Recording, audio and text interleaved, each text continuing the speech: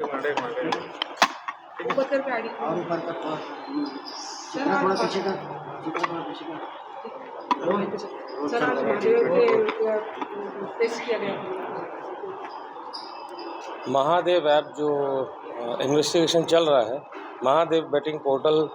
के द्वारा जो लॉन्डर करके बहुत सारा पैसा कमाया गया है, प्रोसीड्स ऑफ क्राइम का अर्जन किया गया है, जिसके मुख्य जो कर्ता धर्ता हैं दुबई बेस्ड सौरभ चंद्राकर, रवि उप्पल, शुभम सोनी एवं अन्य जो हैं लोग, उसी इन्वेस्टिगेशन को फर्दर प्रोसीड करते हुए 2 अरेस्ट आज की गई हैं, नितेश टिबरेवाल और दूसरा अमित अग्रवाल।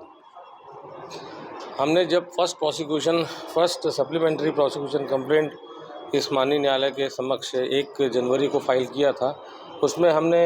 ये उल्लेख किया था कि अनिल कुमार अग्रवाल नाम के व्यक्ति को हमने उसमें अभियुक्त के रूप में शामिल किया था। तो आज जो अमित अग्रवाल अरेस्ट हुआ है, ये उसी का रिलेटिव है। और अभी इन्वेस्टिगेशन में ये पता पड़ा है कि जो महादेव ऐप से रिलेटेड जो पैसा आता था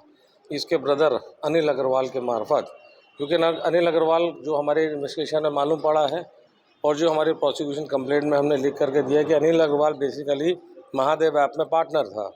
तो जो पैसा वो वहाँ से भेजता था, वो पैसा ये यहाँ पर रिसीव करके उसको अपने अकाउंटेंट के माध्यम से कैश दे करके कुछ एंट्रीज लेता था ये, और कैश दे के एंट्री लेने के पश्चात उसी पैसे को लोन में ले लेता था, वो भी 6% के लोन में। इस प्रकार से जो पैसा वहाँ से कैश इनफ्लो हो रहा था महादेव ऐप से, उसको ये पा करके और उसको जेन्यून कैसे उसको मैं लॉन्डर करूँ, मतलब डर्टी मनी की सफाई धुलाई कैसे करूँ, लॉन्ड्रिंग कैसे करूँ, इस प्रकार से लॉन्ड्रिंग में लिप्त था, जिसमें कि अभी तक इन्वेस्टिगेशन में 2.5 करोड़ रुपए का इसके द्वारा ये किया जाना दिखाई पड़ा है। साथ ही साथ इसकी जो पत्नी है वो एक और अभियुक्त है अनिल दम्मानी, जो कि इस महादेव ऐप में जिसमें हमने रोल बताया था कि हवाला वाला काम करते हैं, तो अनिल दम्मानी के साथ मिलकर के इसकी पत्नी के द्वारा लैंड की परचेजिंग भी है, और ये भी जानकारी मिली कि शायद इसने भी कुछ लैंड की परचेजिंग की है। इन्हीं सब बातों को क्या कहते हैं और जांच करने के लिए इसकी रिमांड की मांग की गई। दूसरा व्यक्ति जो टिबरेवाल है, वो जो व्यक्ति है विकास छापरिया करके एक हमारा एक्यूज पर्सन था, और विकास छापरिया जो है वो बेसिकली मनी लॉन्ड्रिंग जब भी कोई व्यक्ति करता है या जो कोई समूह करता है लॉन्ड्रिंग, तो उसमें 3 मुख्य भाग होते हैं: placement, layering and integration. Placement मतलब पैसे को प्लेस करना सिस्टम में, लेयरिंग मतलब मुख्य स्रोत उस पैसे का क्या है उसका उद्गम, कहाँ से आया पैसा, उसको छुपाने के लिए परतें डालते जाना। इंटीग्रेशन मतलब फाइनली उसको जब आपने परतें उसमें डाल दी, उसको आपने धुलाई कर ली, तब आपने उसको 1 नंबर के रूप में अपने जेब में ले लिया। तो ये लेयरिंग करने के लिए विकास छापरिया जो था, उसका मुख्य रोल था, उसने कुछ कंपनियां बना के रखी थी जिसमें फॉरेन पोर्टफोलियो इन्वेस्टमेंट के माध्यम से वो इन्वेस्टमेंट कर रहा था, जिसमें कि ये जो नितिन टिबरेवाल भी है उन कंपनियों में ये भी एक शेयर होल्डर हमको दिखाई पड़ा। लेकिन जब हमने इन्वेस्टिगेशन में हमसे इस बारे में पूछताछ की थी तो ये मुकर गया था, लेकिन बाद में बातें सामने आई। इसी प्रकार इसे भी इन्वेस्टिगेशन पूछा गया था कि भाई आपके द्वारा कोई संपत्ति अर्जित की गई भारत के बाहर कहीं,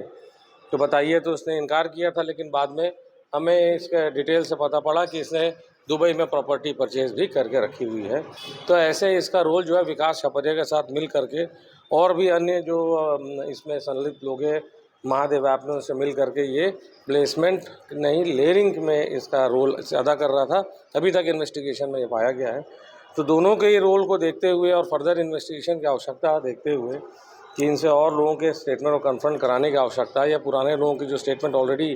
दर्ज किए जा चुके हैं, या जो और एविडेंसेस हमारे पास ऑलरेडी कलेक्टेड हैं और नए कलेक्शन करने हैं, उसके लिए हमें इनकी रिमांड की आवश्यकता है, कस्टोडियल रिमांड की। तो माननीय न्यायालय ने हमारे तर्कों को श्रवण किया, वह पक्ष के तर्कों को श्रवण किया, उनके पक्ष से भी वकील आकर उन्होंने भी तर्क अपने प्रस्तुत किए, और उनका माननीय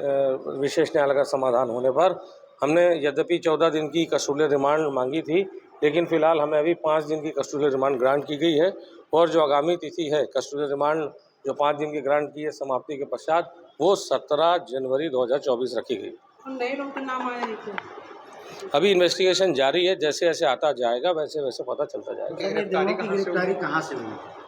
इनको स्टेटमेंट के लिए बुलाया गया था। स्टेटमेंट के में जब इन्होंने हमें स्टेटमेंट दिया और जब हमको दिखाई पड़ा कि ये जो स्टेटमेंट दे रहे हो डेरोगेटरी टू द रिकॉर्ड है, रिकॉर्ड कुछ और कह रहा है, कह कुछ और रहे हैं। तो वहीं समझ में आ गया कि ये लोग बहुत सारी चीज़ें छुपा रहे हैं, और यदि इनको अगर अरेस्ट नहीं किया गया और अरेस्ट करने के बाद पूछताछ नहीं की तो शायद ये भाग सकते हैं, इसलिए। और हमने reasons to be recorded in writing भी इसमें दे के रखा है, क्योंकि भ्रामक जानकारियाँ दे रहे थे ये, जो रिकॉर्ड्स इतर थी। तो ऐसी स्थिति में इनको बैठा करके पूछताछ करना, सघन पूछताछ करना आवश्यक था, इसलिए इनको रिमांड मांगी गई, कस्टोडियल और ग्रांट की गई। ठीक है।